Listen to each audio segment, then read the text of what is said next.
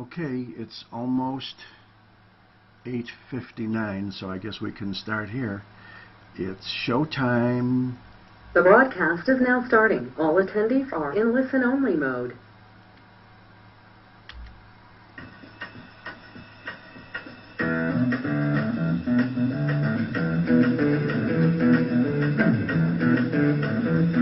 You know the day destroys the night, night divides the day.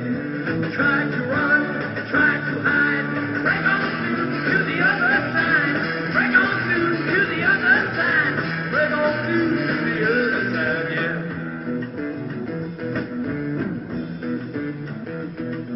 We chased our pleasures here, dug our treasures there. Can't you still recall the time we cried? Break on through to the other side, break on through to the other side.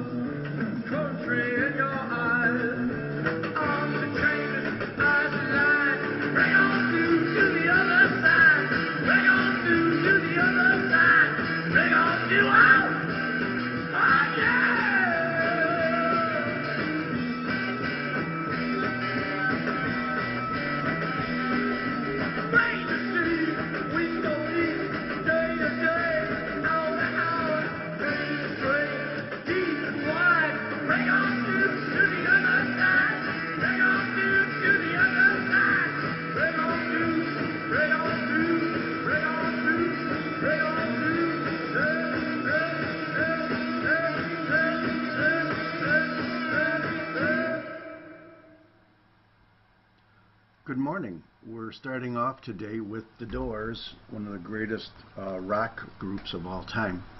This is Dr. Minarsik. It's Tuesday. It's October 18th. It's 9 o'clock in Chicago.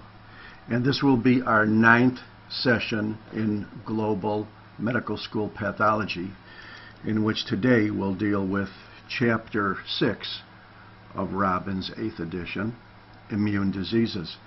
I usually forget to ask this question early, so I might as well ask it now. Can everybody hear me, and can everybody hear me just as well as usual?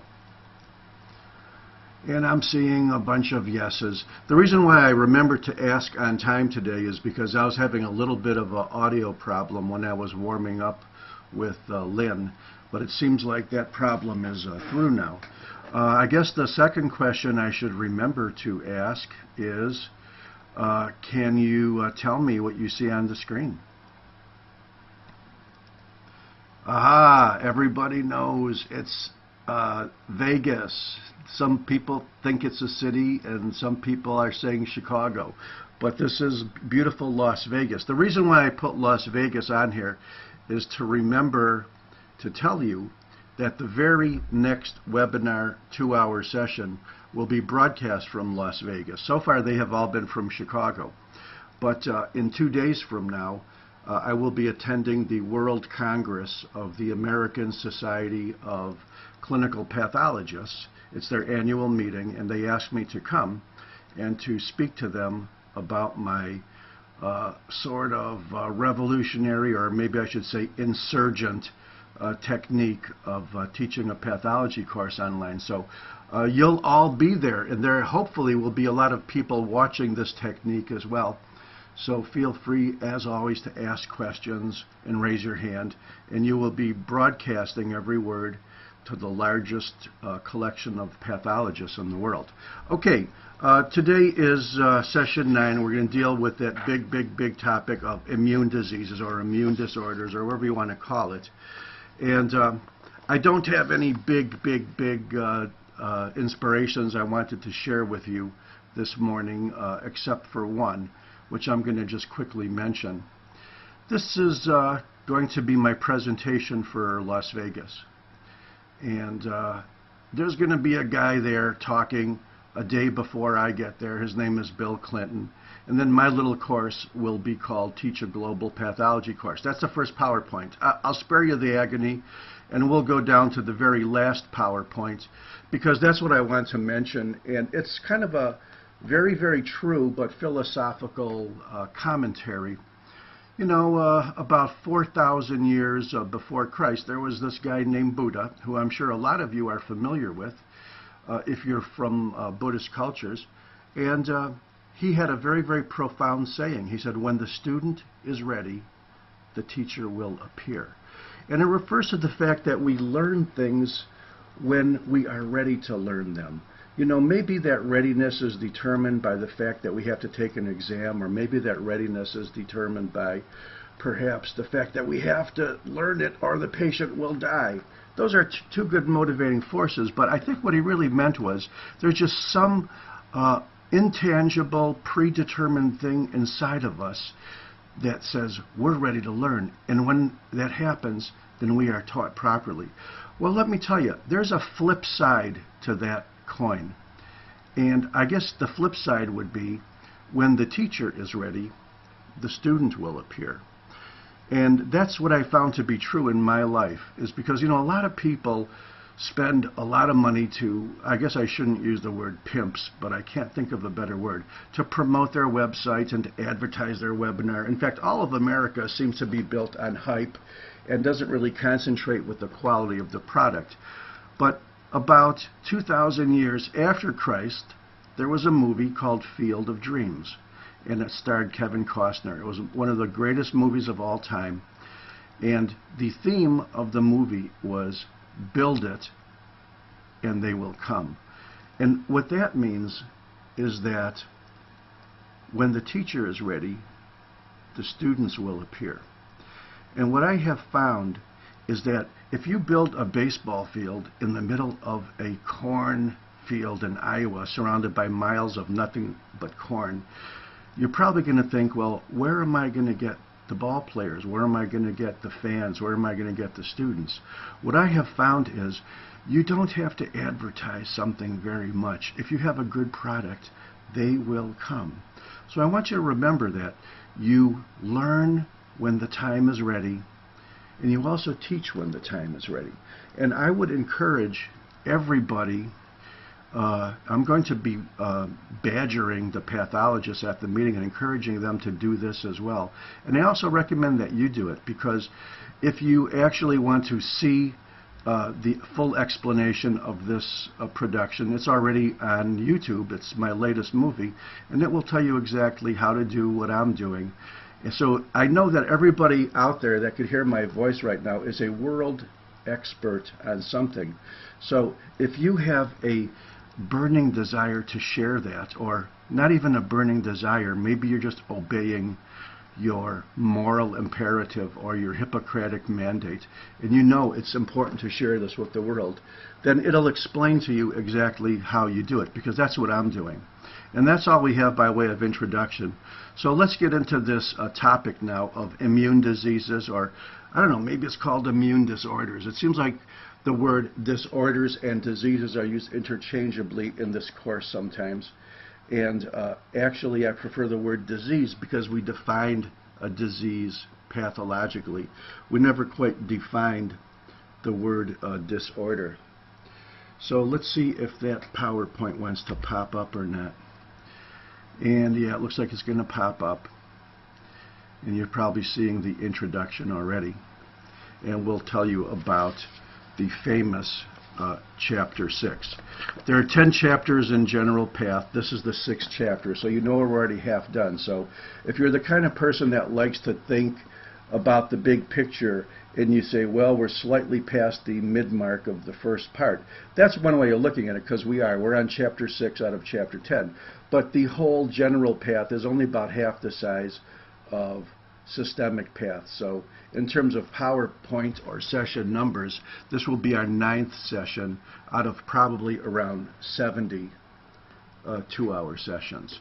So let's talk about diseases of immunity. Probably in the next few chapters, when we get to infectious diseases, we already talked about genetic diseases, we're going to talk about neoplastic diseases. You're probably going to get the opinion that Dr. Minarsik was a little bit nuts when he talked about diseases being divided into degenerative, inflammatory, and neoplastic, because after you get done with this chapter, you're going to realize, like you did with the genetic chapter, that all diseases are immune diseases. All diseases are failure of immunity. All diseases are genetic diseases. I guess you could theorize that if somebody takes a bullet and shoots you with it, that disease is not necessarily an immune disease. So there's another side of the coin as well. What we're going to do today is deal with these objectives. We're going to talk about briefly the difference between so-called unlearned or innate immunity versus adaptive immunity, which you learn by virtue of being exposed to antigens, which your immune system learns and remembers.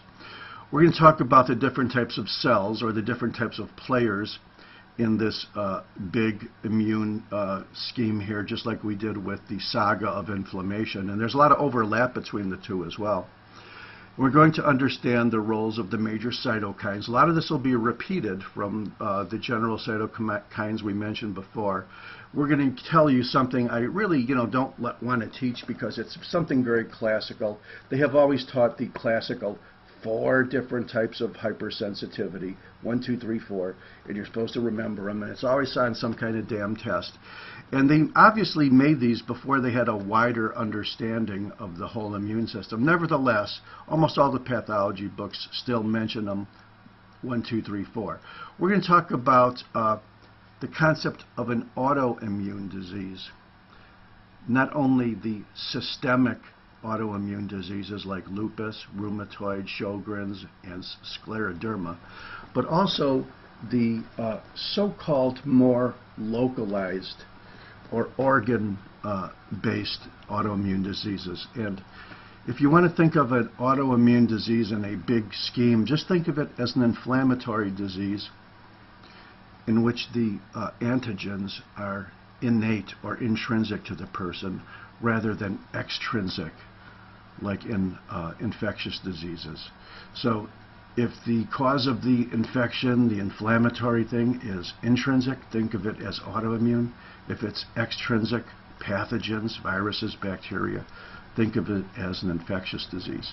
Last but not least, we're going to go over the various types of immune diseases, not only the primary, or the PIDS, the primary immune deficiency syndromes, but the acquired, or AIDS, immune deficiency syndromes. And you know what AIDS relates to. It's going to relate to a topic that you're going to have to, by law, show that you have evidence for have taken in order to renew your medical license. And that's what makes the whole thing kind of contemptuous, is that it's not only that we have a thirst to learn normally, but now the government points a gun to our head and says, you got to show me a piece of paper that you had your ass on a chair for 2 hours while some guy was telling you about AIDS and a whole bunch of other things like malpractice and bloodborne pathogens. Then we talk about a very, very common disease which you may have never seen in regular clinical practice, but it is about as common as atherosclerosis in a way. It's called amyloidosis. So those are the objectives. Let's start out with the concept of immunity in general. I guess you could define immunity as a sum total of all processes by which the human being maintains a protoplasmic structure that protects, guards, or fights against elements from the environment and even from himself, which could destroy him by breaking down and having his cells attack these things. I know that's a crazy definition, but I can't think of it any other way. And next year I might define it a little bit differently. The concept of innate immunity is exactly the same as unlearned versus learned. If you are born a normal person with no recognizable immune disorder, you have a certain degree of unlearned things that is totally independent on what antigens or pathogens you may be exposed to. And that's the innate immune system. And there's a few major structures to that system.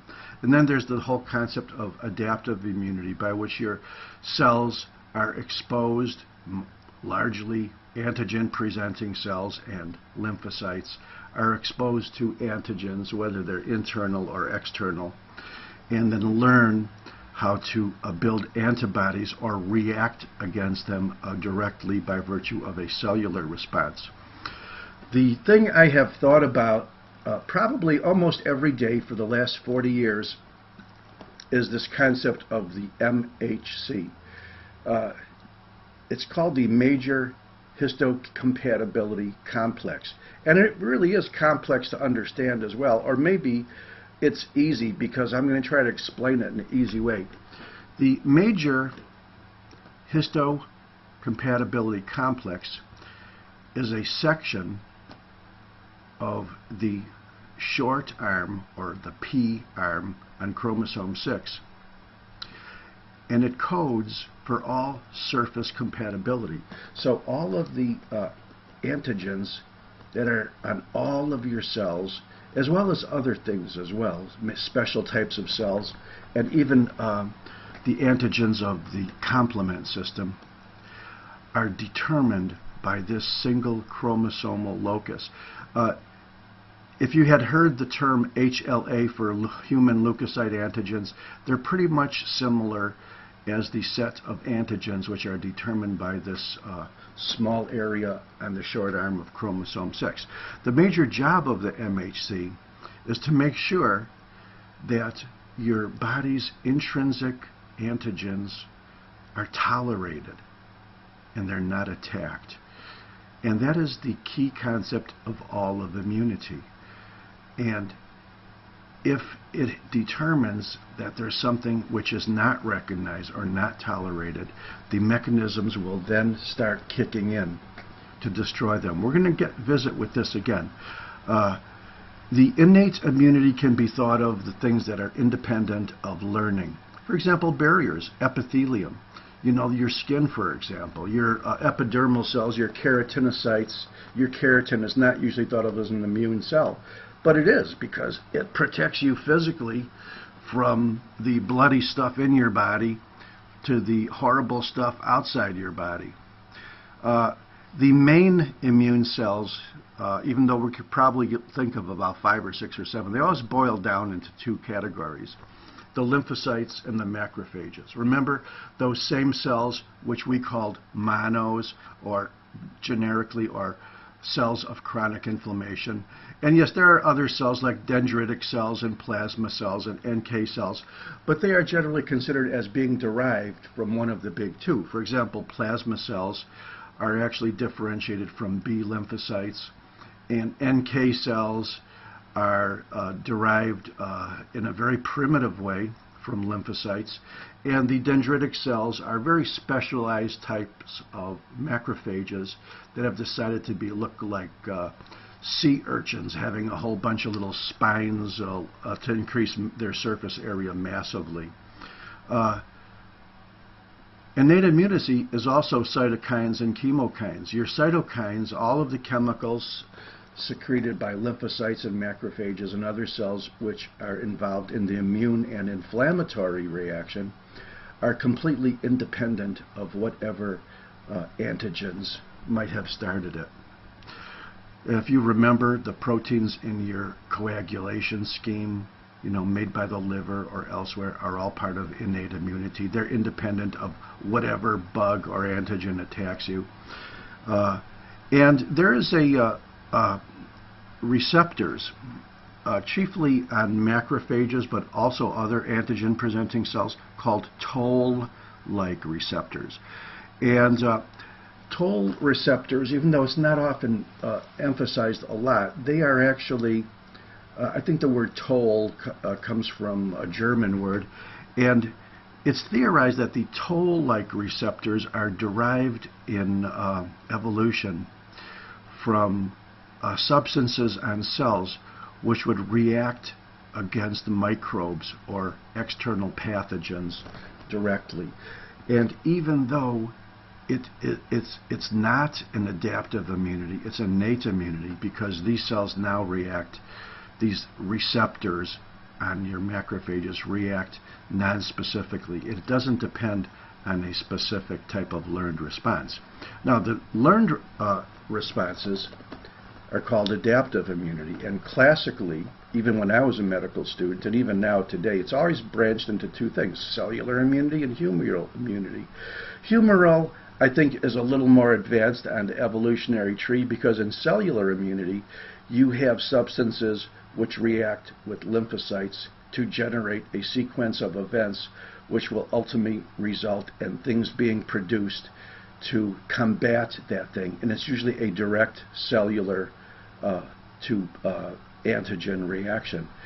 Somewhere along the line in evolution, your lymphocytes decide to specialize into B cells, and rather than react with them directly, the adaptive immunity system then decided to start making substances that then leave the cell and circulate in the blood, and mostly in the gamma fraction of your plasma proteins, which will attack these substances which they have already learned.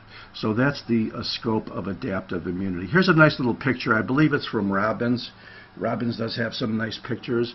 Usually if I have to do a spectacular picture, I'm not happy with Robbins, I just Google it. So most of the pictures I have are actually not from Robbins, but this one is.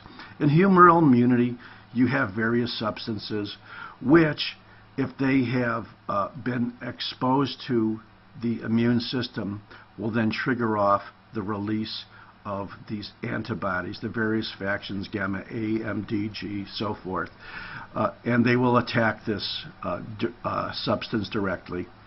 And then there's a mechanism whereby they are neutralized, they are then phagocytized and digested, and you know the rest of the story. That's humoral immunity. That does not require direct cell to pathogen contact. Now, in cellular immunity, there is a direct contact, because you have, let's say, viruses or other pathogens which make a direct contact with an APC, or antigen-presenting cell, or if you prefer to call that, a macrophage and all of its variants, which will then send signals to the helper T cell. And of course, the helper T cell, or the T4, is a little bit smarter than the T8, because it then directs the processing of cytokines to do a whole bunch of other things. And you remember what the cytokines do. They bring other cells in the area, and then this reaction then produces a direct action on the cell with the pathogen, to eventually do the same thing that it did from the humoral immunity side of the equation, to be destruction of the phagocytized microbes. So that's basically the B and T, respectively, B side here, T side here, of the immune system, for looking at it in simplicity. I hope it's simple.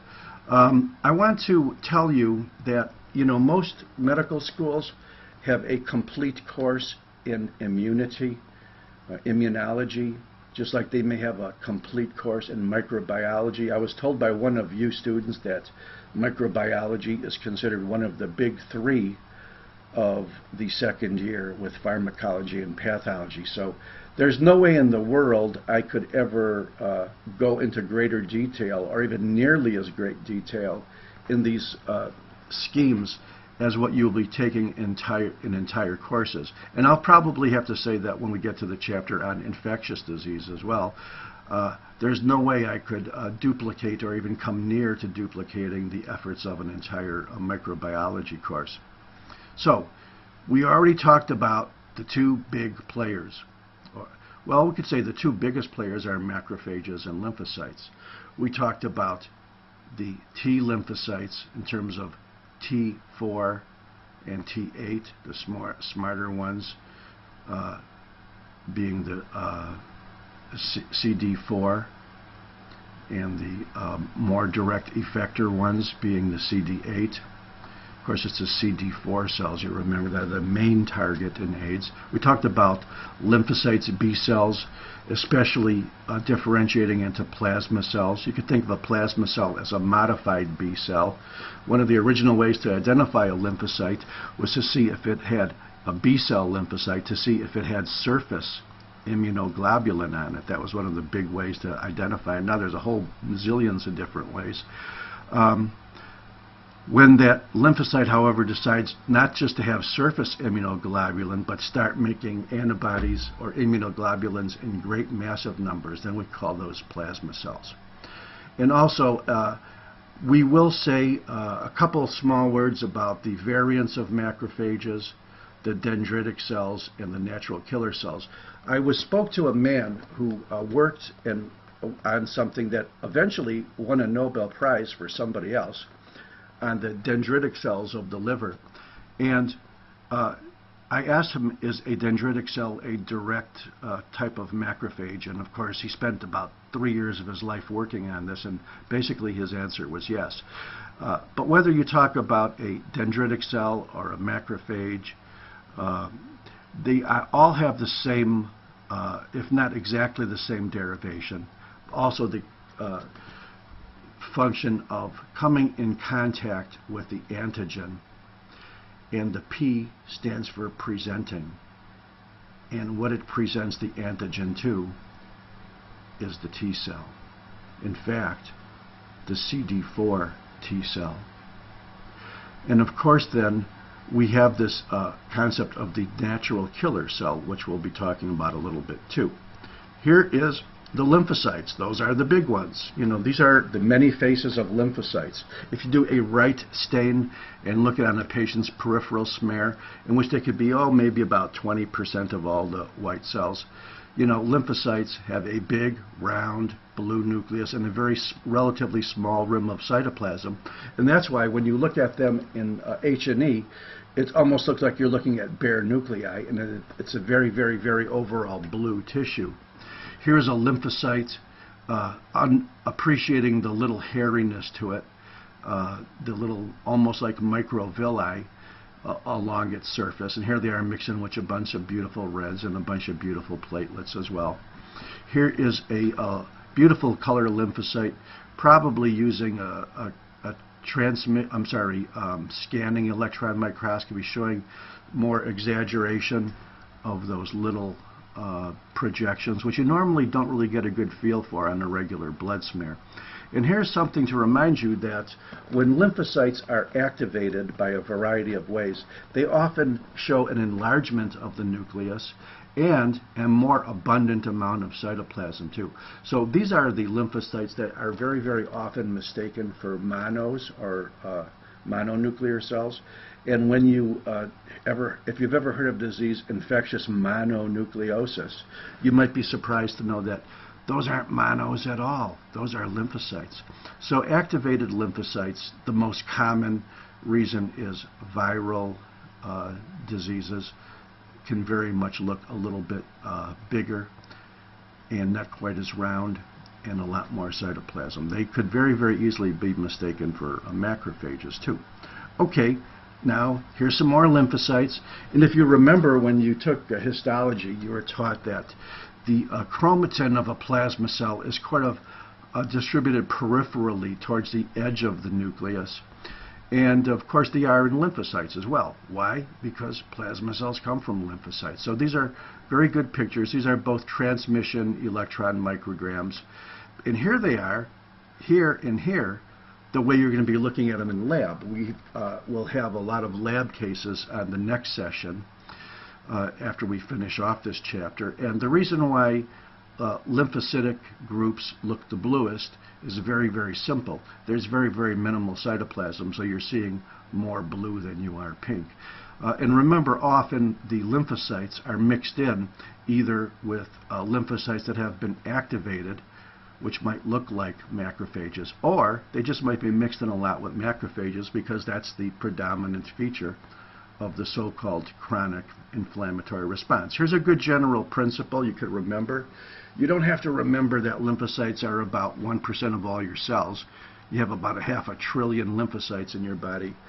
But you should remember the general principle in lab when you look at various diseases, that any round cell with a rather dense staining nucleus, round, and minimal cytoplasm inside of connective tissue, or anywhere actually, because sometimes it could be infiltrating epithelium as well, it's regarded as being a lymphocyte until proven otherwise. And of course, any group of cells which you might suspect might be lymphocytes, but they have paler lymphocytes with more cytoplasm in the middle, so-called secondary follicle or germinal center, those are definitely lymphocytes. They can't be any other thing. Here's a nice macrophage. You remember macrophages being called APCs. Their job is to make contact, physical contact with antigens. So they have every reason in the world to try to maximize their surface area. Now, of course, in the dendritic cell, there's extreme maximization of surface area. In regular life, they can also show little cytoplasmic projections as well. And this is like one of the best pictures I could find for a macrophage, because it looks like it's trying to eat that little bacillary bacterium there. And that's not even a dendritic cell. Also remember, the macrophages are usually called histiocytes by pathologists, because pathologists, have forgotten their basic medical school pathology. Here are macrophages now, like you may see them.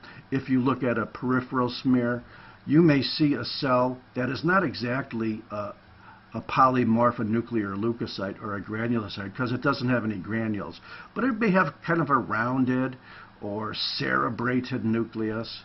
And if any cell that has a lot of granules in it, especially in tissue, is regarded as a macrophage until proven otherwise. When macrophages are mixed in with lymphocytes, their nucleus is not as round and it's not as densely staining as the lymphocytes. And in addition, if you see any type of granularity within an abundant cytoplasm, you can call those macrophages. So that's the general rule. Any cell mixed in with lymphocytes, but having a larger, more open, less dense nucleus with a more cytoplasm in it, especially granular cytoplasm, is regarded as a macrophage until proven otherwise. And that'll be true like 90-something% of the time, just like the other rules. I like these rules because somebody will always say, well, that's not true 100% of the time. And I go, you know what? You should probably be a crossword puzzle editor, because you seem to be interested more in the nits and in the exceptions rather than the general rules. I'm basically a general kind of a person. So all of the cells, if you remember when we were looking at the pigments, both the intrinsic golden pigments like hemosiderin or melanin or bile, those are almost all in macrophages. But remember, melanin could be inside of melanocytes, so that's not a macrophage, is it? And all of the extrinsic pigments like tattoo or anthracosis, the really, really dark black ones, you always see those strictly in macrophages, because that's their job, to swallow up things that are foreign. Here's a plasma cell, a very specialized type of B cell. And you may or may not have learned this last year, but it's so important, I just have to say it again. If you want to get out a pencil and paper now and write down 1, 2, 3, 4, I want to tell you, every plasma cell has a round nucleus. But that round nucleus is usually off-center from an oval cytoplasm. And once again, like in the lymphocytes, especially in this cell and in this cell, you can see that chromatin is a little more condensed towards the nuclear membrane.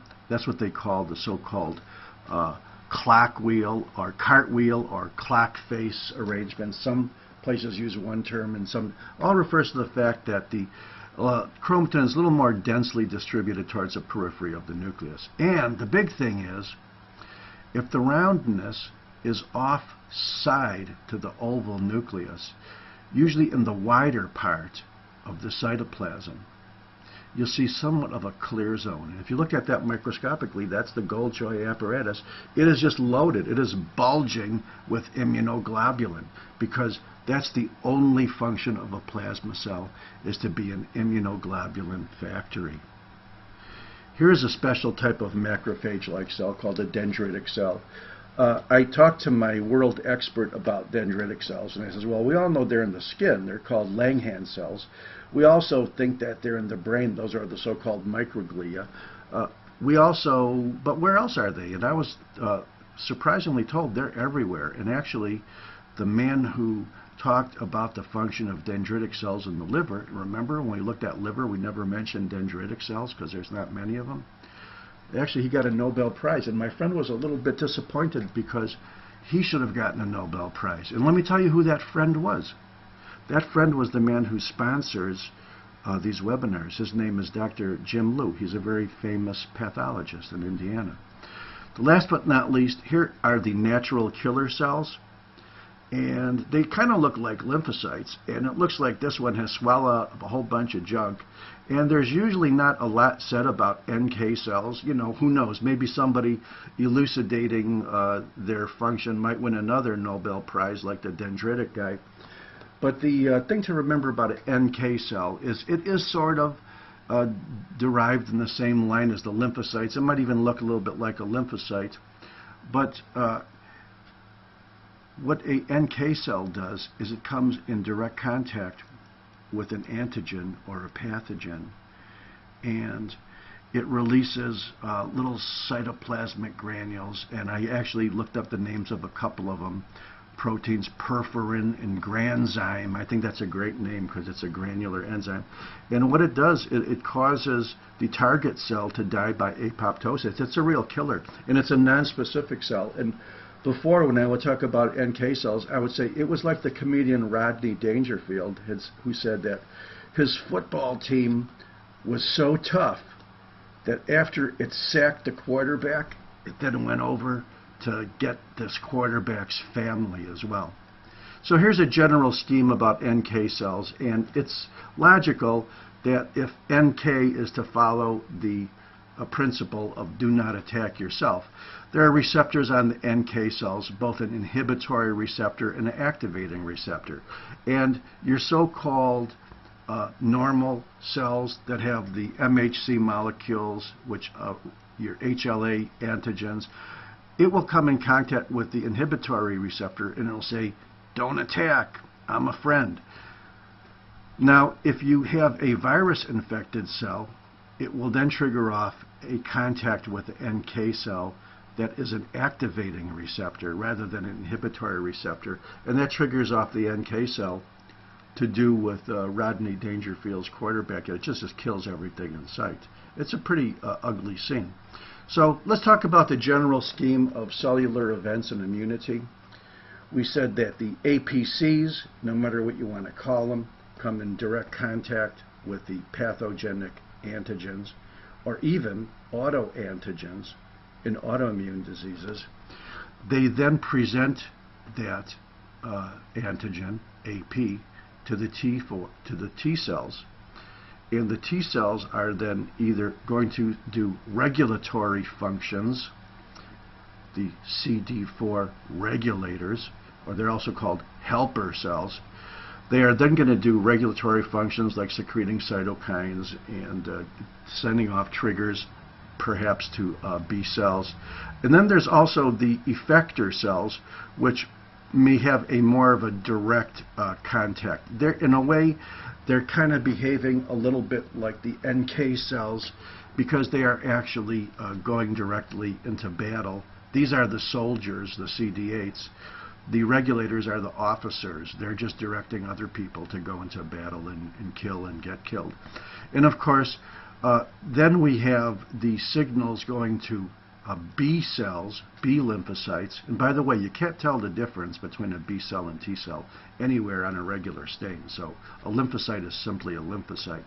But if you see a lymphocyte that looks like its nucleus is getting a little more condensed at the periphery and it has kind of an oval cytoplasm, then you know that's either going to be a plasma cell or a B cell going into plasma cell. In hematology, they use the term plasmacytoid lymphocyte or lymphocytoid plasma cell. I've heard both of them. Ultimately, the result is then it will secrete antibodies. So these are the actual chemicals. These are the actual bullets. So here are the officers. Here are the hand-to-hand combat soldiers. And here are the cells which are shooting the bullets, the antibodies. And of course, we talked about the role of the NK cell. Here's the same thing as a nice little scheme to remember, is that in this case they're putting the B lymphocytes first because it's the easiest to understand. You got a B lymphocyte in contact with a pathogenic antigen, call it a microbe, ultimately differentiating to a plasma cell to secrete antibodies which are specific against the antigens. So that's an easy one to understand in terms of lymphocytes. Now here's the difference between a helper cell and a cytotoxic T lymphocyte.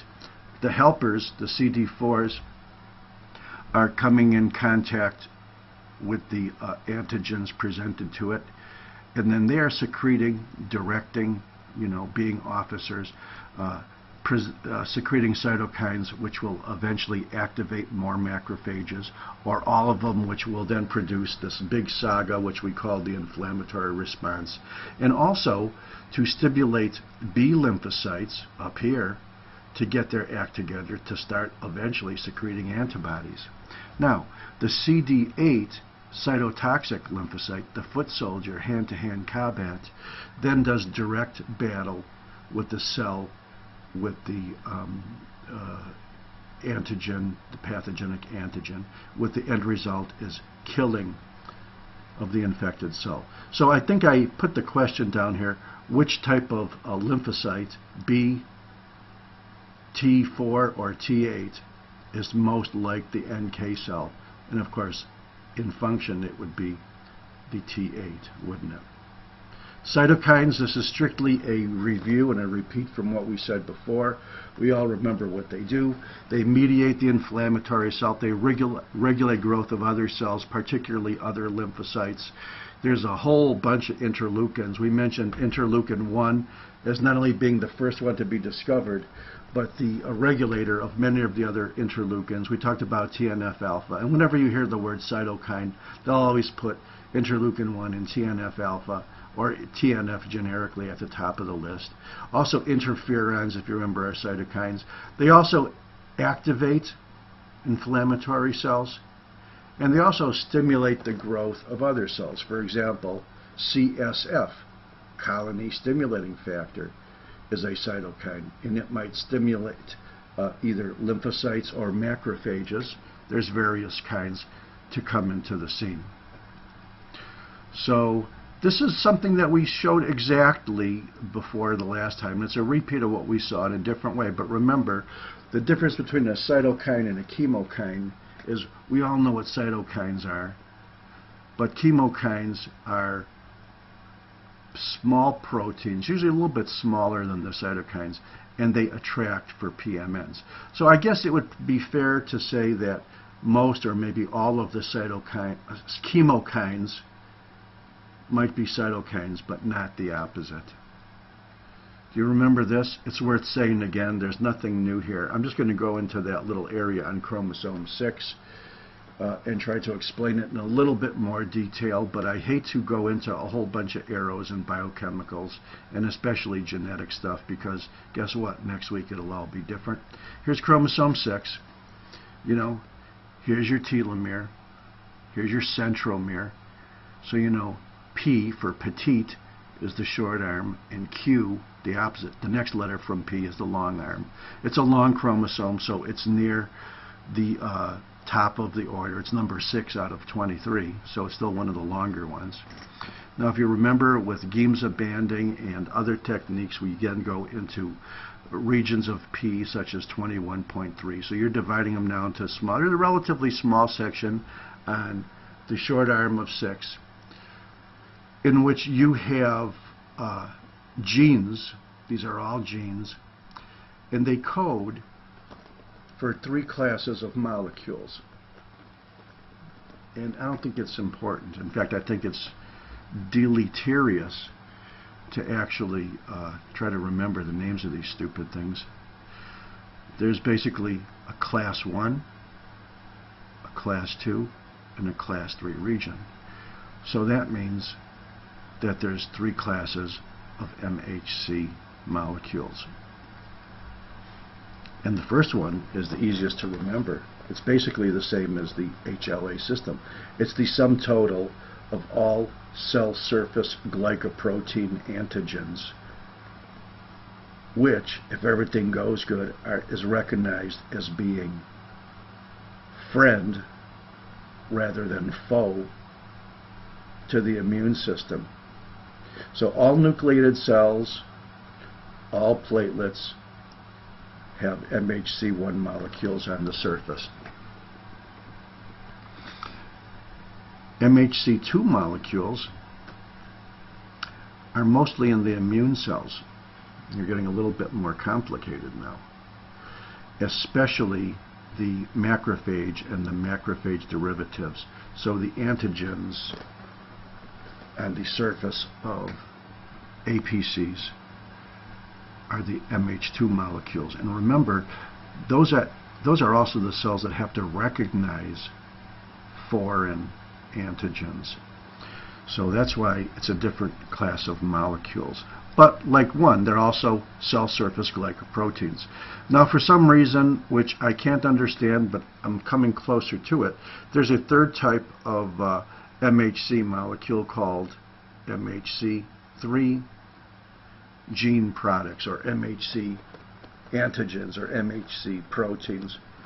And these are basically the antigens of the complement system proteins.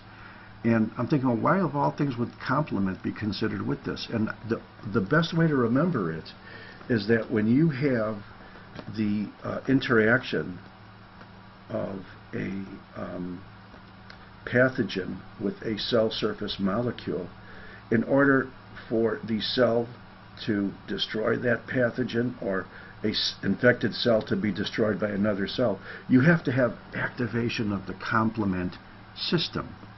This whole series of 20 or so proteins, ultimately resulting in lysis of the cell. So those are your 3 types of MHC molecules.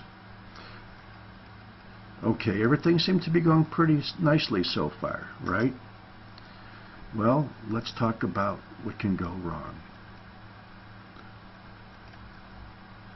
Well, one thing that could go wrong is that you could have a variety of the classical so-called hypersensitivity reactions. I know it's a bad word, and it not really logical, but there's 4 different types, and this has been described since I was a medical student, so it's still considered, Bible. But you also can remember what can go wrong is that the MHC system can fail, and then your cells are reacting against your own internal antigens. That's generally the principle behind all autoimmune diseases. Another way of saying it is that if an external microbial pathogen triggers off a response in your body, that's called an infectious disease. But if those antigens come from your own cells, that's called an autoimmune disease. And the list of autoimmune diseases gets bigger and bigger and bigger and bigger every year. Why? Because with our ability to detect foreign DNA by these variety of genetic techniques, if we cannot detect foreign pathogenic DNA within an inflammatory response, it then automatically goes into the wastebasket category of autoimmune. And of course, another thing that could go wrong with the immune system is to have failure of it at any one of those levels. And if that failure is because of a genetic defect, it's regarded as a primary, or I don't like to use the word PIDS, but that's what it's called, because we do use the word AIDS, which means AIDS. And then remember, not all secondary immune deficiency orders are caused by the HIV virus, to be a little bit redundant. But in all practicality, AIDS is something that we'll be discussing in great detail, and I spent many years of my life working on it. So here are the 4 hypersensitivity reactions to start you out. And I'm going to mention them, and then we're going to take a break, and then we're going to talk a little bit about each one, because we're about, I guess, sort of halfway done, or a third. I don't expect to finish everything today. 1, 2, 3, 4, always determined by Roman numerals. If you want to get out your piece of paper again, think of hypersensitivity reaction number 1 as your acute allergic response. If you want to get out your piece of paper and write down in a couple of words what 2 is, Roman numeral 2, I called it antibody-mediated hypersensitivity, but what it really is are antibodies attacking cells, including your own cells. So a very, very large number of the so-called autoimmune diseases, especially the more localized ones rather than the systemic ones, are examples of type 2. Type 3 is also an easy concept to understand. Let's say that you have an antigen coupled with an antibody. That's generally called an immune complex. Now, those immune complexes float around in your blood, don't they? And there's about 2 or 3 or 4 places that are magnets for immune complexes. One of them is the glomerular basement membrane. One is the endothelium of blood cells. One is synovium. And to tell you the truth, I can't remember the 4th one. But the so-called hypersensitivity reaction number 4 are the so-called diseases caused by immune complex floating around and doing damages in those various places. Hypersensitivity reaction number 4 is regarded as direct cell-to-cell mediated hypersensitivity. No longer antibodies, not an acute inflammatory response, not the result of immune complexes floating around and depositing in places to cause diseases. But it is what we would probably call the TB test. Whenever they give you the best example of cell-mediated immunity, I talk about the TB test. And remember, the TB test and the TB pattern of reaction is directly cellular, and it's granulomatous too, isn't it? So in the hypersensitive reaction number 4, you're creating direct cell-to-cell reactions, and you're also creating granulomas. It's about time for a nice little break. You've been working hard. You've been doing a good job. I got some good music for you. I'm going to open up the question box and see if anybody threw any rotten apples at me. And yeah, there's a few questions there, and I'll be reading them during the break while you're listening to the music, and maybe I'll comment on some of them. So here's your 3 break songs. The first one, everybody will recognize.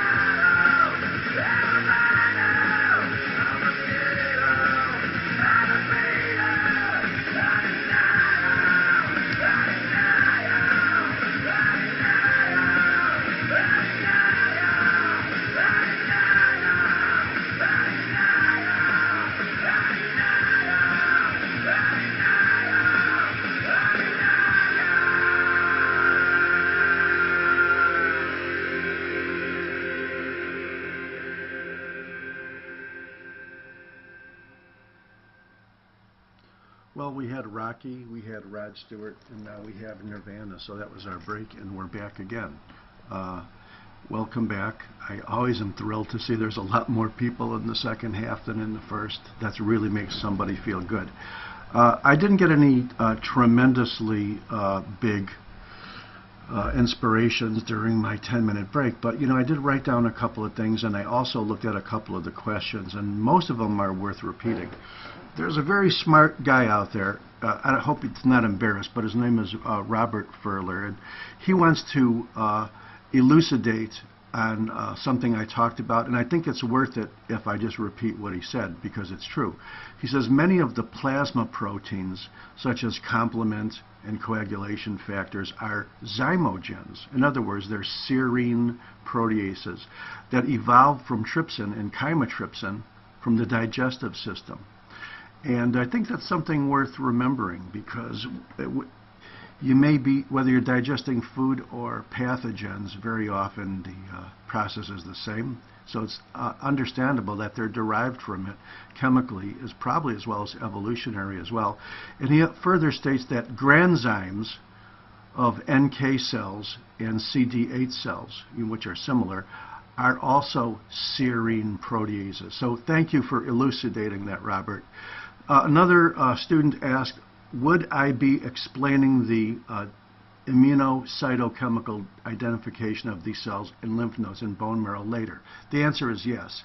But I always fight the temptation to treat you like pathology residents or practicing pathologists, because if you go to a pathologist conference, and maybe some of you have gone to some of our pathologist-oriented webinars, there's a lot of talk on various antigens that you could stain, and it seems like every time you read the path literature or go to a conference, they're talking about ABC, XYZ, JKL as being different antigens you could stain. And yes, we will be dealing in great detail the common ones, but I cannot turn this into a surgical pathology conference. It wouldn't be fair to you, because I know who you are. Another person says, could I request for this presentation for preparatory revisions for my forthcoming exams? Of course, my answer is yes, because I believe that what I teach you is good for any exam. But the problem is, what I consider important, what I know is important, is not always what your stupid examiners think is important. And I know that because I've seen some of the questions that these idiots from the Step 1 put out, and I'm thinking, these guys probably never practiced medicine, they've probably never been sued, they probably never graduated from medical school. Well, I could almost tell when I look at the questions, so I want to be very careful. I have a deep contempt for exams, because I feel you are all serious about learning, otherwise you wouldn't be in goddamn bankruptcy for tuition somewhere. So I know you're serious, so I don't have to prove that by making up stupid questions. No other big questions. I wrote down a couple of other things, though. And we're going to do a little survey again, a quick survey. I just have to ask you something, because I'm always a little sensitive about this. Here's the question. All I got to do is say yes or no. But you must be honest. Are you ready for the question? Here's the question. Do you like my music?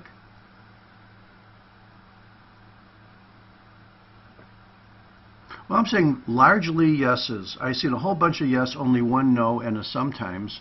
So I'm glad most of you like it. Let me ask you another question. This is kind of interesting. I don't know how old you are, but I generally know who you are.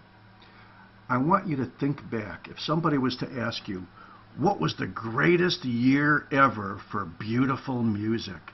Let's say that you write down the number for that year, like, 2006 or something. Whatever you think that year was, either put it in your head or write it down. And you want to know what I have realized? Is that when you ask a person that question, it's almost always when they were 19 years old. I asked all my friends, what was the greatest year for music? And they'll give a year, and they'll say Were you 19 that year? And it'll be damn close. And in my opinion, 1967 was the greatest year for music, so you know how old I was then. Last but not least, as long as we're talking about exams, I want to tell you about, we don't give exams here. We don't believe in exams. We don't give grades. We don't believe in grades. However, we do give evaluations. So once again, we're still at the early part of the course, but I want to tell you, several of you have already asked me about the project of finishing or fulfilling or filling in all the answers to the Rock Lab page. We've done almost all the Rock Lab cases already, which are up to date. But if by the end of the course, not the end of the semester, but the end of the year, like in April or May, if you submit to me the entire set of Rock Lab answers, most of them are just yeses and nos. In fact, whenever it's a yes-no question, it's almost always yes. If you want to submit that to me, including capturing little images, you will then qualify for my 10-minute oral exam on Skype. And last year, several students did it, and I wound up giving them outstanding recommendations. So just want to let you know, if you want to do a test, you can do a test. If you're the kind of person that says, gee, I never learn anything in this, you give me an exam, well, I'll say, well, then why don't you just go, I'll direct you to a whole bunch of USMLE test questions, and then you could get the scores and see how you compare to the rest of the world. So remember, it's not too early to warn you. We're only halfway through semester 1, but at the end of semester 2, some of you may decide to do all 500 cases. Okay, let's finish up. Here we go. We're going to talk in more detail about the classical hypersensitivity reactions. Here's type 1, something that we defined as acute allergic reaction or immediate allergic reaction. And when we say immediate, we're talking about usually seconds, no more than usually a couple of minutes. And some of these immediate acute allergic reactions, of course, can lead to death because one of the ultimate products that's released is histamine. And, histamine can be a massive vasodilator. It's also could result in massive bronchospasm as well, and that's what kills people when they have anaphylactic shock. So is anaphylactic shock or extreme acute allergic reaction all part of this picture of type 1 hypersensitivity, immediate? And yes. So it's caused by an allergen exposure, and the key cell in type 1 is the mast cell. And if you remember from histology, the mast cells just love to hang out right on the edges of blood vessels. So if you're looking for a mast cell in histolab, just look at the blood vessels, and maybe you'll find some cells that have these little granules. And they have three things, H, and S, histamine, heparin, serotonin, especially histamine, which is the most powerful thing, heparin also. And they also trigger off other cells, which will eventually result in, after they degranulate, into massive vasodilatation. Remember, histamine being the most powerful natural vasodilatator, causing almost all of the 4 cardinal signs of inflammation. Vascular leakage and smooth muscle spasm. If that smooth muscle is around a bronchus or a bronchiole, it could be fatal. There's also a later phase of immediate hypersensitivity, and because it's an allergic reaction, it's often characterized maybe within a couple hours or a couple days after that acute event. If you look at it, you'll see not only some of the classical acute inflammatory cells and some T cells as well, but also eosinophils. And remember, whenever you see eosinophil in tissue, think 2 things. Number 1, allergy. And number 2, anybody want to write in number 2? I know most of you know it. Number 2, right. Number 2 is parasites. Number 2 is exactly parasites. Okay, let's go into type 2 hypersensitivity now. We said that the main general process of type 2 is antibodies attaching to cell surfaces. So an antibody attaches to a cell surface. So what? Who cares? Well, those antibodies may be creating processes by which that cell is now being more likely to be phagocytized by the phagocyte. And of course, a phagocyte is any cell which swallows another cell. It could be a macrophage, and it usually is. And some people call macrophages phagocytes. But remember, neutrophils also have a phagocytic function as well. But you cannot lyse the surface of that bad cell. Hopefully bad. Hopefully it's not one of your own good cells in the autoimmune thing, unless there has been the triggering off in the cascade of the complement system. And there's a whole bunch of complement proteins. And if you remember, we called those the MH3 molecules. And the ultimate final one, just like fibrin is to the coagulation cascade, C3 is to the complement cascade, because the ultimate production of C3 is the final event before the cell membrane is lysed. So, what is the ultimate end product of type 2 hypersensitivity? And that's lysis, and that's destruction of cells by rupturing or breaking of the cell membrane. Okay, we're doing pretty good. Some of the classical type 2 diseases, if you're looking at these and you're going, my God, these are all autoimmune diseases, aren't they? And yes, they are. And most of them are the so-called more localized autoimmune diseases, but some of them aren't. So when you think of diseases like autoimmune hemolytic anemia, it's one of the older names for that process, but still more likely, more often used than the newer one. It's antibodies against red cell membranes, ultimately resulting in lysis or hemolysis of that cell.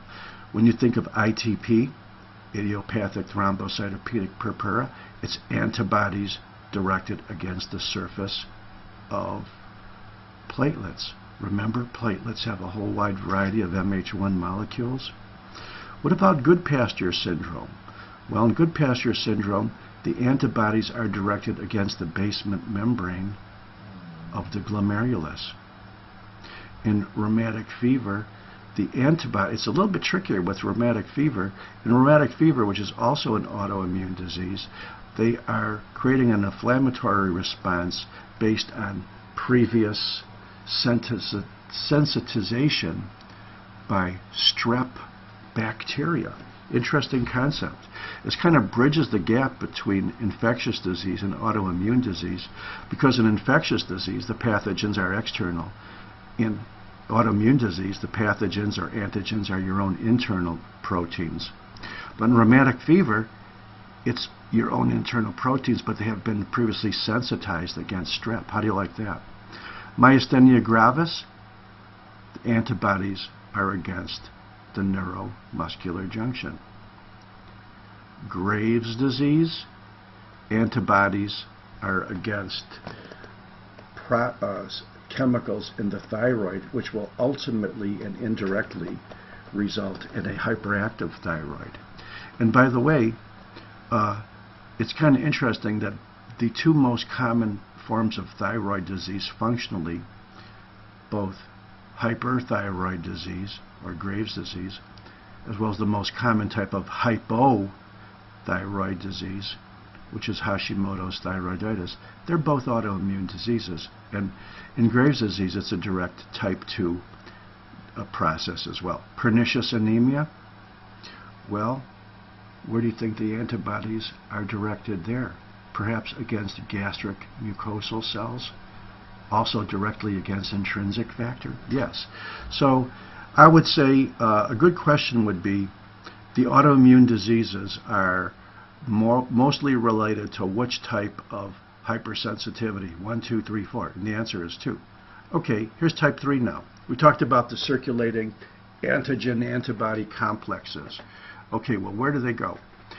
Well, here's the fourth thing that I forgot, was skin. So let's just say theoretically you have, for some reason, usually pathologic, circulating antigen-antibody complexes. Well, let me tell you, they just love to be sucked up by the glomerular basement membrane of the kidney. In fact, most of the glomerulonephropathies are the result of antigen-antibody complexes depositing in that basement membrane. They also love to be sucked up by the blood vessels. Why? Because that's the first place they can go, the endothelium, right? That makes sense. Also, skin is a very, very popular place for deposition of antigen-antibody complexes. And the mother of all systemic autoimmune diseases, lupus, or SLE, there's a whole wide variety of skin changes. And when you stain that skin to look for immunoglobulin and immune complexes, they're usually at the dermal-epidermal junction. Last but not least, the synovium. Remember, there's two types of synovial cells. One are like fibroblasts and ones are like macrophages.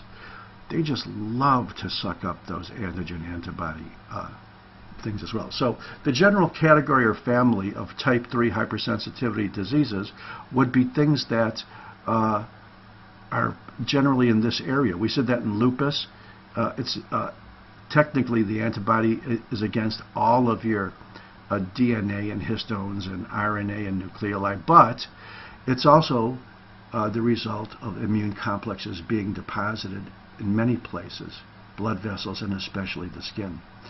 When you see a periarteritis, sometimes called polyarteritis, for the most part these are identical terms, you're also seeing deposition of immune complexes in and around vessels. We talked about the classic and most common type of glomerulonephritis post-strep. Well, once again, it's a situation in which antibodies are attacking antigens which have been sensitized by Streptococcus and then depositing in the glomerular basement membrane. There's a couple of other diseases that are always mentioned, and they're basically the same disease. One is called Arthus reaction, one is called serum sickness. But in the Arthus reaction is a quick reaction after exposure to the antigen, usually hours, whereas serum sickness is more of a long-standing process. But the process is the same. And the process is antigen-antibody complexes depositing in vessels and producing a whole wide variety of things like rashes, arthralgias, fevers. I think it's called serum sickness because it frequently followed injection of animal serum injections. And as you would guess, animal serum injections have antigens that the body just doesn't like. So here we are, final one, type 4. Think of it as a tuberculin skin reaction or any direct, technically direct cellular to antigen sensitization by T cells. And if you remember that tuberculin skin reaction also and usually produces granulomas, that the granulomatous diseases are generally part of the type 4 sensitivity. Now you're probably asking yourself at this point, you know, these all seem like nice processes, but there doesn't seem to be a logical scheme overall with respect to the principles we just learned about. And the answer is absolutely yes, but this is still something you should know. Here's the type 4 again, a little nice diagram, I think from Robbins. You have an antigen presenting cell in contact with antigens, triggering off the T cells, the CD4 regulators, does that sound right? Producing substances like TNF-alpha, other cytokines will eventually result in the production and the multiplication of cells which will eventually form granulomas. And you remember the chief cell of the granuloma is the macrophage, and giant cells, which are often or maybe even usually present in granulomas, are nothing but macrophages with fused cytoplasm. And they're always like a little peripheral rim of lymphocytes around granulomas, and often fibroblasts. And the more chronic or old that granuloma is, the more fibroblasts there will be. And ultimately, it may be all fibroblasts. In other words, a healed granuloma is nothing but a scar, isn't it? So here's the summary. Type 1, acute allergic. Type 2, antibodies against cell surfaces. Number 3, immune complexes. Number 4, delayed hypersensitivity. There's a section which always is confusing in most of the path books on transplant rejections, because very often transplants are allografts, you know, from other people, or xerografts from other species, and The main concern, of course, is after careful tissue typing and DNA tests, they want to know that that graft is going to last. And even the best grafts often don't last, forever. So the classical fears by the surgeon and the patient are transplant rejection. And if I showed you the statistics for renal and liver, you'd be astounded. Even the good ones don't often last as long as we like them to. If the transplant is rejected in so-called hyperacute, and that's usually minutes, very often the surgeon knows that as soon as he releases the clamp, and he's going to see some really funky looking changes in the transplanted thing. That's usually a result of a direct antigen antibody reaction of the vascular endothelium. That's type 3, isn't it? And then we have the more acute reaction. It's not hyperacute. It's not going to happen for a few days, maybe even a few weeks. And that's usually characterized by what we would call just inflammatory changes like chronic inflammation, maybe some vasculitis, but not obviously as acute as this, hyperacute. And then, of course, the chronic rejection, which, of course, they all do ultimately, as you would guess, might be characterized by fibrosis. And doesn't this follow the general principles of acute inflammation? Fibrosis being months to years. Acute could be days, but could stretch it out to months. And hyperacute is like usually minutes. So let's look at some pictures, and I'm going to show you something which I hope will make sense. And if you see, for example, a blood vessel, and you could tell that these are obviously fibroblasts sclerosing that blood vessel in the transplanted organ, and somebody was to say, is this hyperacute, acute, or chronic? Of course, you would know the answer because fibroblasts mean chronic no matter what the process is. Let's say that you see some real funky looking endothelial cells and some fibrin around it. You know that this is going to be something that's very acute. Whether you wanted to call it hyperacute or not, I don't know, but usually can't get this much of a cellular change within minutes. So the best description for something like this would be just simply acute. You got some acute vascular changes.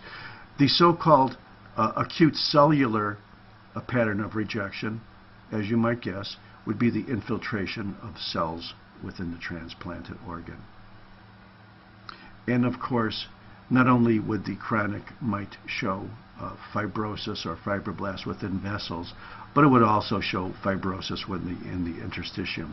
And these are all the general principles now for renal transplantation. I remember reading this thing several times, even when I was a student. It never really quite makes sense, but if you put it in the framework of the processes we talked about for acute inflammation, chronic inflammation, and fibrosis, it then all makes sense.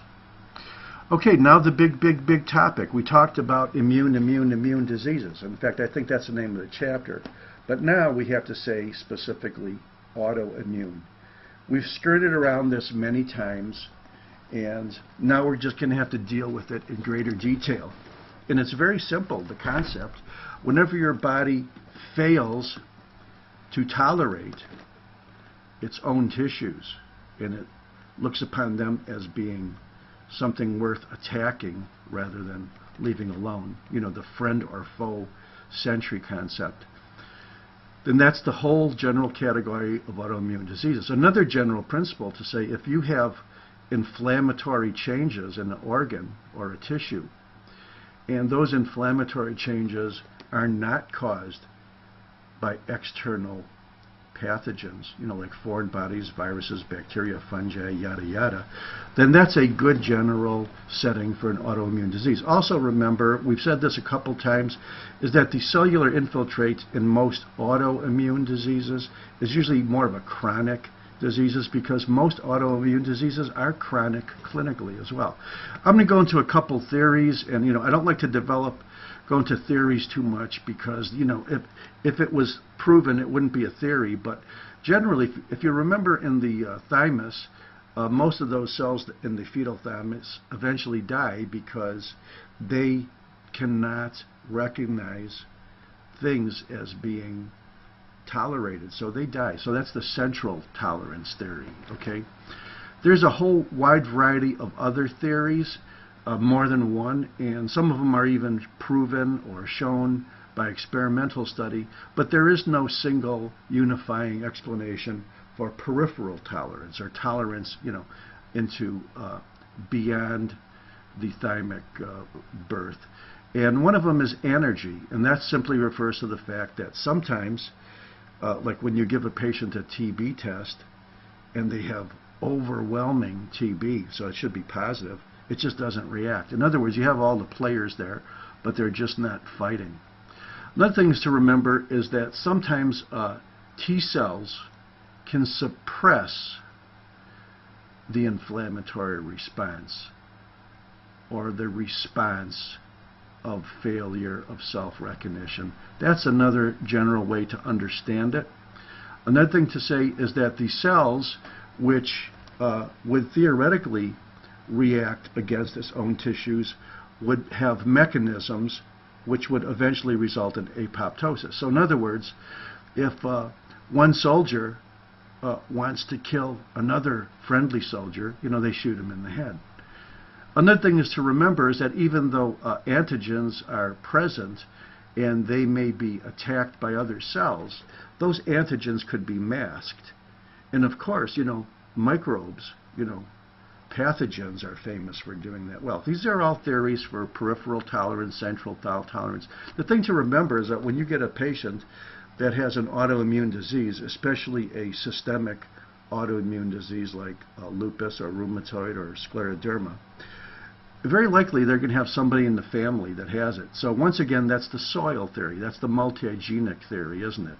It means there's not one single gene that would mutate to produce an autoimmune diseases, but it's the whole soil of the protoplasm with multiple genes or lack of genes or mutated genes that would make it a strong family predisposition. Also remember is that even though we're going to be rattling off a list of about 4 big main systemic diseases and then about 10 localized diseases, they're often related to each other. So somebody with rheumatoid, might have a positive ANA or lupus test, or somebody with lupus might have signs of scleroderma as well. So very often they're hard to sort out.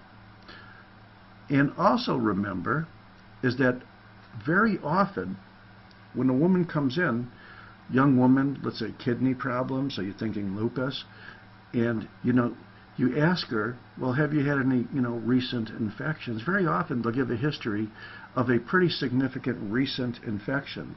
And of course, the classical example of this would be in the strep-caused autoimmune diseases like rheumatic fever or post-strep glomerulonephritis. That's one theory, but it may not be a total picture either. Just remember these 3 things about patients with autoimmune diseases. They're in the family. They often have features of other autoimmune diseases, and they usually probably give a history of previous infections. So what's the mother of all autoimmune diseases? It's lupus, also called SLE, systemic lupus erythematosus, US at the end, most often just called lupus.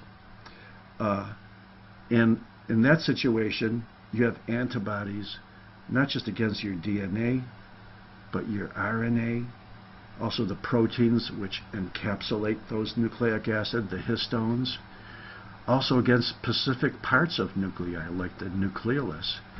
Even though we're going to deal with rheumatoid arthritis in great detail, just remember, in rheumatoid arthritis is a systemic autoimmune disease. So if you think that rheumatoid arthritis is just joints, you're making a grave mistake.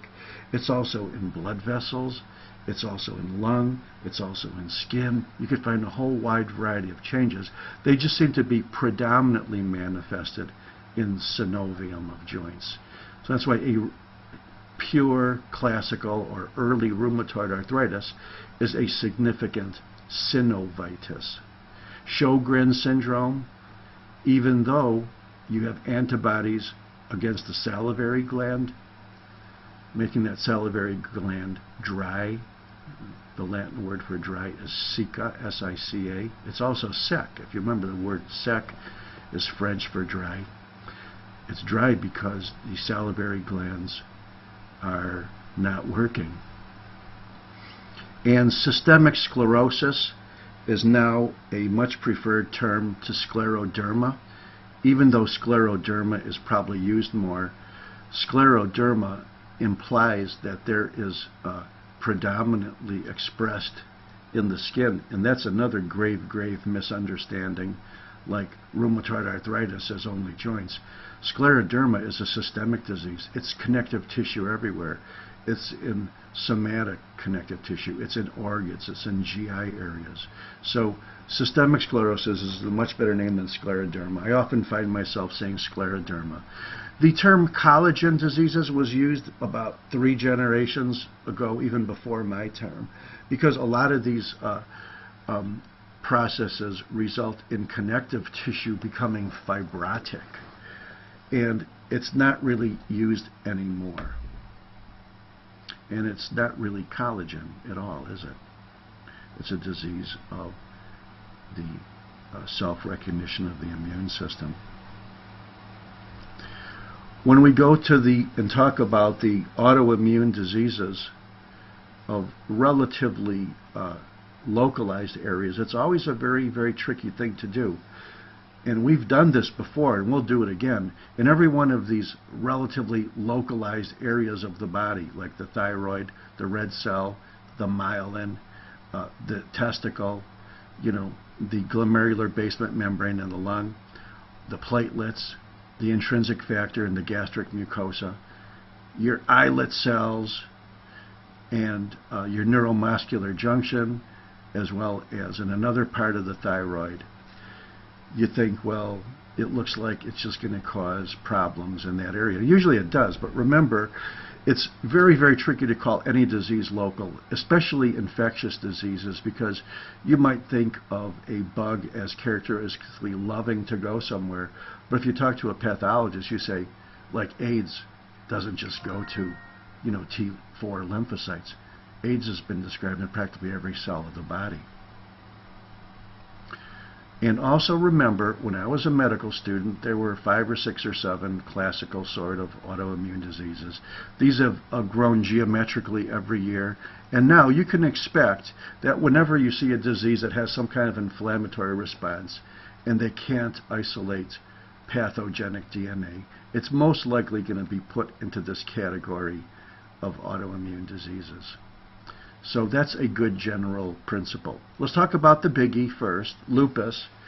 Lupus, if you remember the 4 things about diseases, is that we have a cause or an etiology, we have a pathogenesis, we have a morphology, and we have clinical expression. That's from day 1. Well, what's the cause? The cause is that your body produces antibodies against your own DNA. And where's DNA in your body? Well, it's in every nucleated cell, isn't it? Also in the proteins associated with the nucleic acid, the histones, but also in non-histone RNA as well as the nucleolus. So there are ways you could stain these and show more precisely where some of these antibodies are going by looking at the fluorescent microscopy. What's the pathogenesis? Well, now that we know what the problem is, because this antigen-antibody reaction mostly, once again, remember, type 3, is resulting in immune deposits. It's going to go to all the places where immune deposits go. Remember, we said skin, we said joints, we said kidneys, and we said blood vessels. If you want to include heart as a big blood vessel, you can. Or if you want to include CNS, because it's an organ which has DNA, like any organ is. The fact is, lupus has been described in practically every single tissue of the body. A very often early expression of it is the so-called butterfly rash, in which you have skin changes, deposition of antigen-antibody complexes with immunoglobulin at the dermal-epidermal junction. It'll produce a butterfly rash. It's rather symmetrical. It's usually over the malar, M-A-L-A-R, aspect of the face, but also has skin deposits, also has glomerulonephritis, a whole bunch of things. And the clinical expression is progressive renal disease. That's the biggest feared consequence, as well as a whole bunch of other ones. And if you want to talk about a positive lab test as a clinical expression, you can. You know, if you almost cannot diagnose lupus unless you have that patient showing that they have a positive anti-nuclear antibody. Now, can you get ANAs and a whole bunch of other things that aren't lupus?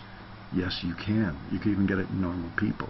But if you're going to diagnose lupus and the patient doesn't have an ANA, you're walking on very thin ice. Here's the malar rash.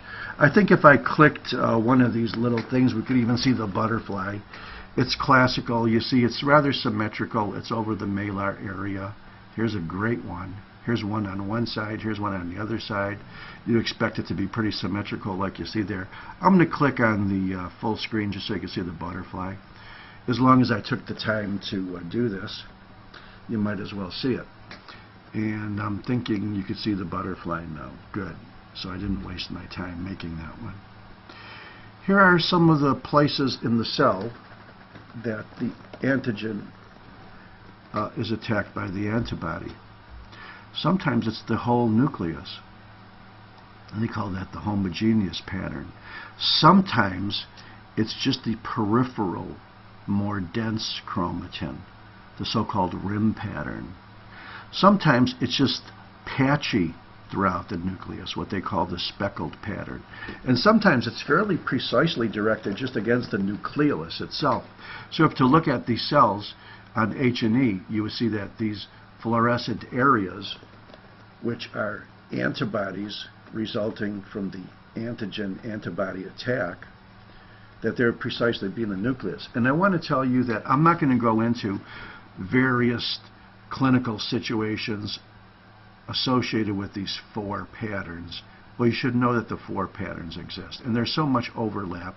Even if I was to spend an hour to tell you the difference, it wouldn't matter. So there's the homogeneous, the rim, the speckled, and the nucleolar patterns.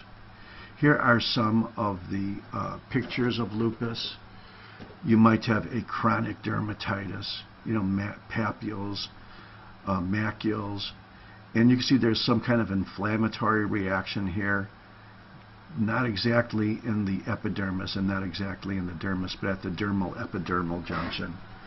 Another thing to remember, that many of the glomerular diseases are due to the fact that the antigens are being attacked by antibodies and then depositing them in one of the favorite places for any circulating complex to be deposited, in the glomerular basement membrane. Now, if you stain the dermal epidermal junction, you can see that there's a lot of green right here between the epidermis up here and the dermis down here, and that's because there's a lot of antibody. And the reason why there's a lot of antibody is, even though you may not see a huge inflammatory reaction like this, there's a lot of antibody being deposited. And once again, here's a place in which the antigen-antibody complexes are depositing in the glomerular basement membrane. Looks pretty grisly, doesn't it? You can see a lot of that. That just shouldn't be there at all. But remember, a lot of other glomerulonephritis is the result of antigen-antibody complexes, even if it's not lupus. Here's a famous board question, and I put this here because there's always a couple of jackasses who like to throw this on the boards.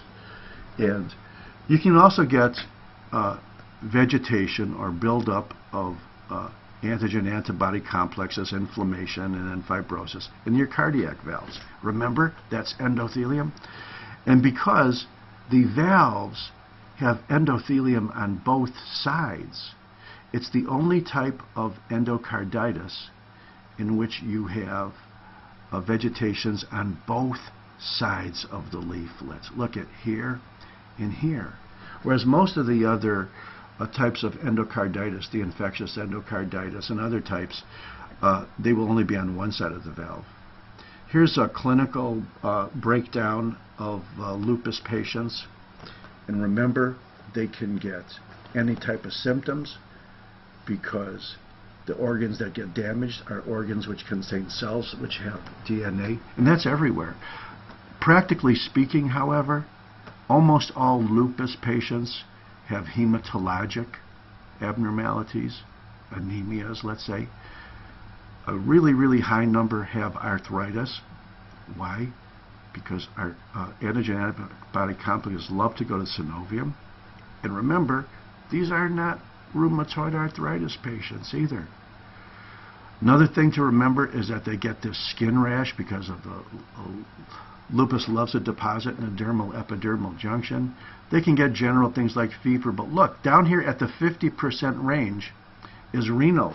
And even though renal glomerular basement membrane deposition occurs only 50% of the time, it's the single most feared significant morbidity of lupus, because if it winds up causing renal failure, look at everything above here is not really what you would call a crucial organ, is it?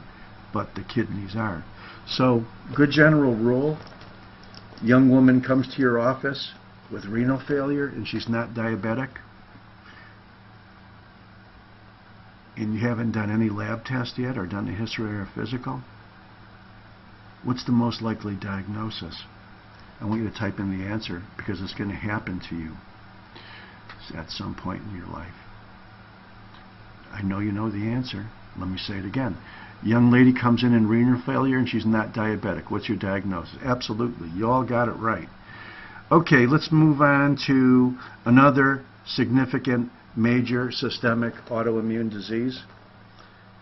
And it's unfortunate that they have the word arthritis in it, because it's a systemic disease and it's rheumatoid arthritis. We're going to go into this in much greater detail when we get to the chapter on joint, but the key focus of pathologic expression of this disease, and the early focus, is in the synovium of the joint.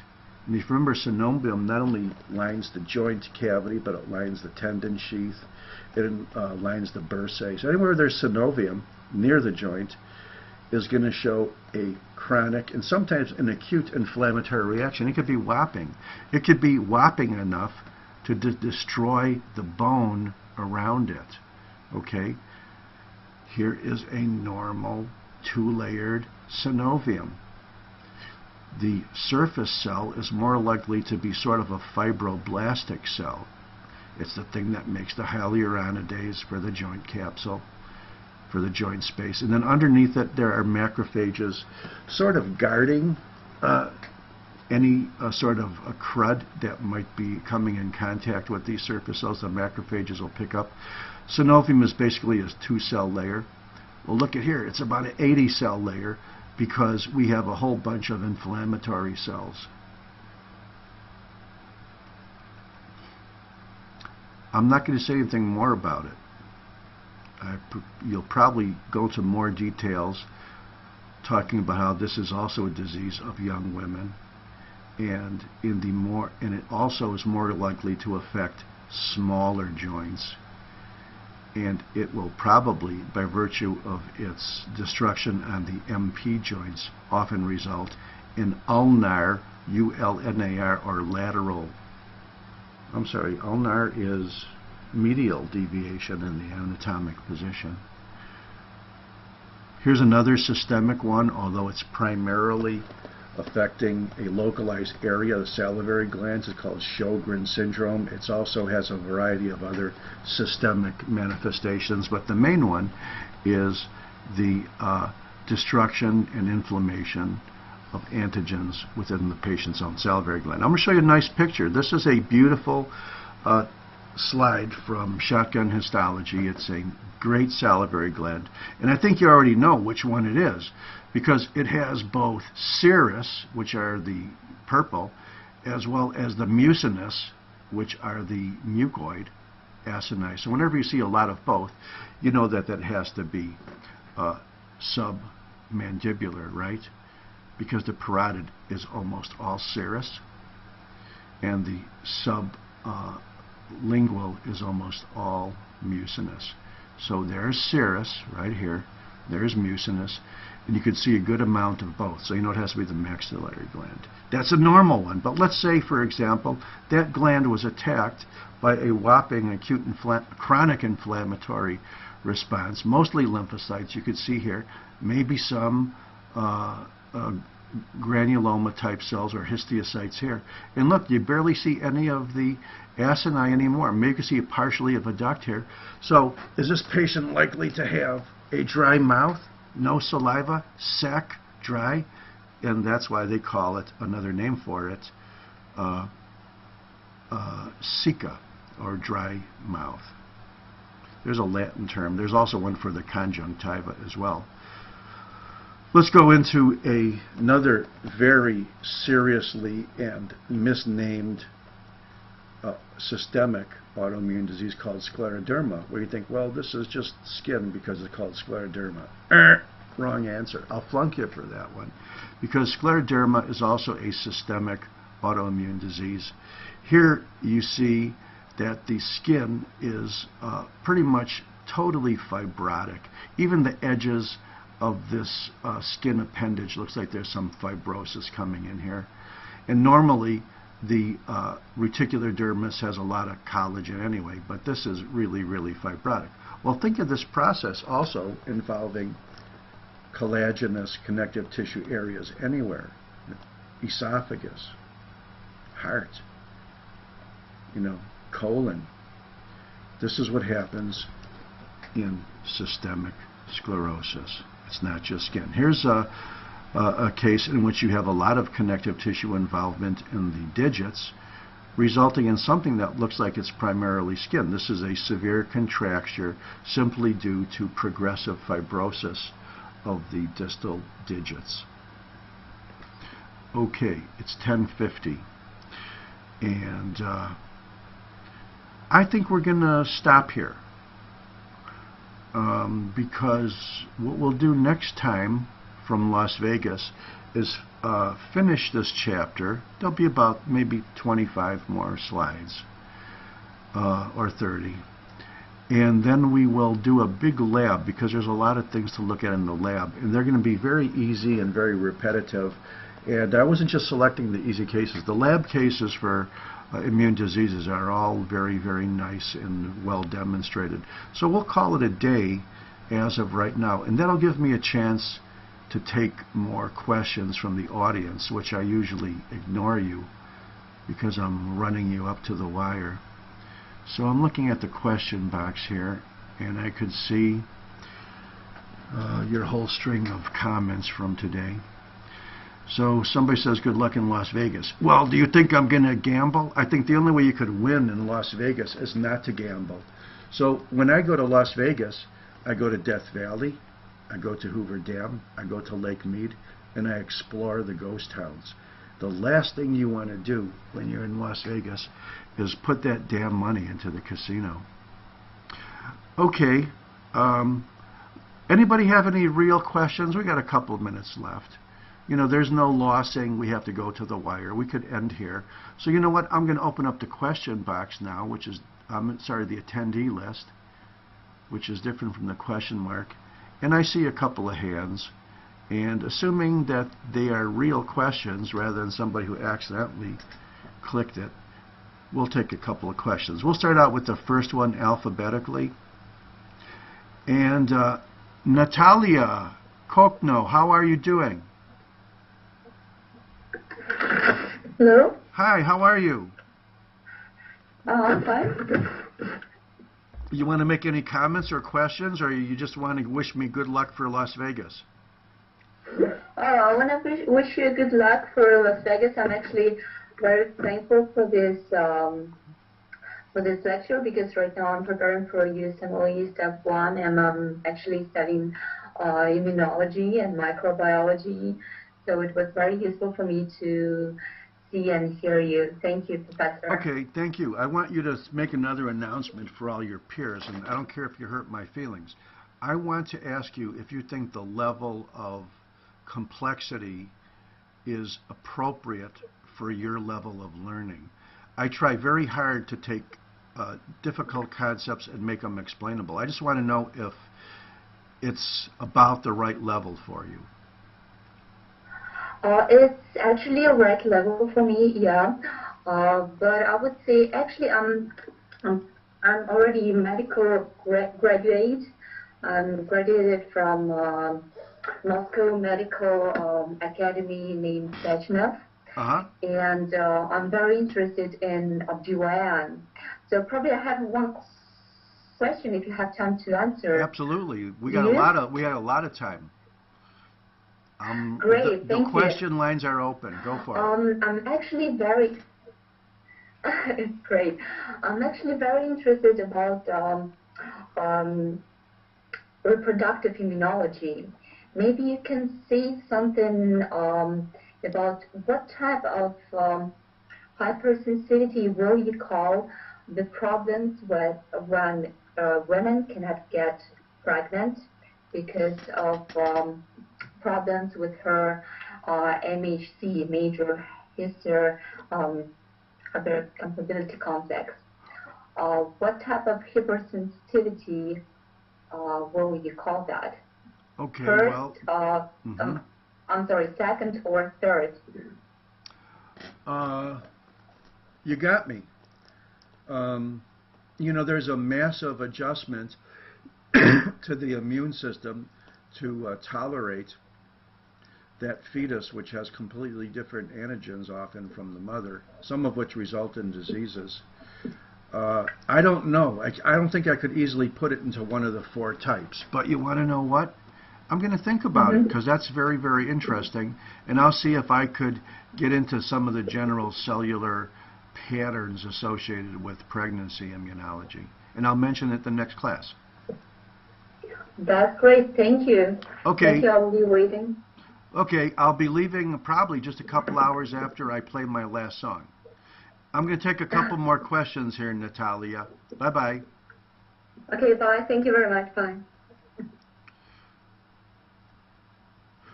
Rosemary, how are you doing? I'm good, thanks, doctor. I had a quick question regarding SLE. Okay.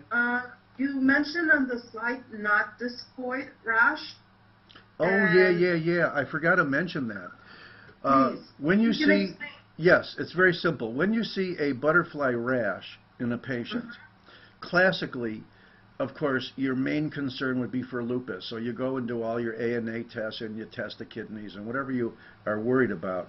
But there is a dermatologic disease called discoid lupus erythematosus, as opposed to systemic lupus erythematosus. And it's primarily limited to the skin, you know, producing that malar rash.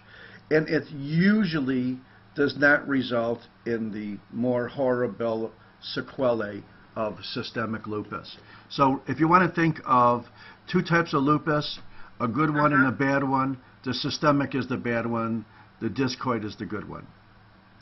Thank you for clearing that up, because a lot of the time they use them interchangeably and it was a little bit confusing. I appreciate it. Okay, thank you. Well, you know what? I don't see any more hands. Oh, yes, I do. I see another hand. Hold on. Here's somebody that's made some very nice comments. Sheraton Bose, how are you doing? Can you hear me? I'm doing fine. Am I audible? You're perfectly audible. Okay. Thank you for the very lucid talk that you have given, and we hope really good times ahead with you. Now, just a small thing, a question, which I want to put about one of the indirect immunofluorescence microscopy slides of the HEP2 cells, which you showed about the nuclear homogeneous and nuclear rim and spectral pattern. Yes, that's called indirect, right? We do come across cytoplasmic positivity as well. So would you like to touch base upon those category of autoimmune diseases? Okay, well, you do have DNA in your cytoplasm, and it's called mitochondrial DNA. And most of the antibodies in lupus of various types are directed against things in the nucleus. outside of the mitochondrial DNA, I can't think of anything offhand, but remember, the antibodies in lupus are also against histones, aren't they? And histones are non-nucleic acid. So I would suspect that maybe there are things like histone in the cytoplasm that might cause this. But in all the classical patterns for indirect immunofluorescence positivity, they are always mentioned in the nucleus and not the cytoplasm. Would you like to give an example of the autoimmunity with histones? No, I can't, because it's not one that goes primarily to histones. When you see your various immunofluorescent patterns and they're in the nucleus, don't always assume that they are all nucleic acids, because one of the big things is histone protein separate from nucleic acids. Can't think of any specific diseases. If you can, feel free. I will possibly look up. Okay. Thank you. Well, we'll be looking forward to it. Your... And thank you, too. And you mentioned that you appreciate me doing this. Let me tell you something. I am going to do this until the day I die, no matter what. I'm interviewing with a couple of medical schools right now, and I told them point blank, I says, I do not want to have anything to do with you unless you help me in my quest for free global medical school education. And if I am... You know, Professor... Yes. Yeah, I need to tell you something, you know. Possibly I'm going a little bit away from the core of your discussion, but, you know, the other people listening to this talk should, you know, this message should go across, because this initiative of yours into teaching pathology and, you know, this is the future of education, and I think medicine would be one of the last fields to be touched upon by this mode, but you know, what you're doing, the information that is coming across right into our computer screens at our convenient time, and you know, this is the future. You know, I think those medical schools which have had a strong word from you, this is the future that they will see across in a couple of years or maybe decades. So thanks a lot for bringing this forward. Thank you. Well, you know, most students don't realize, because they're worried about other things, when they go into bankruptcy and massive loans, you know, hundreds of thousands of dollars, where do you think that tuition money goes? What percentage of it goes to the people that are actually teaching you medicine? Are you ready for a shock? 5%. Why? Because of massive, massive, massive overhead. I have no overhead. If I charge for a medical school course and you gave me a penny or $1 or $100, it would all go to me. It wouldn't go 95% to the dean's building fund and 5% to me. It would go all to me. So this is absolutely going to happen in the future, because right now we're all in a big financial mess. We're going to do the last song here, and I want to just say one thing about it. It's very inspirational. I happened to visit Mackinac Island recently, and that's where they filmed the movie Somewhere in Time. And in my opinion, it's the best, most touching movie I've ever seen in my life. And this was the theme song from it. And for me, actually, it was the only movie that ever made me cry. And it was also a very, very great favorite of my wife as well. See you in about 46 hours from Vegas.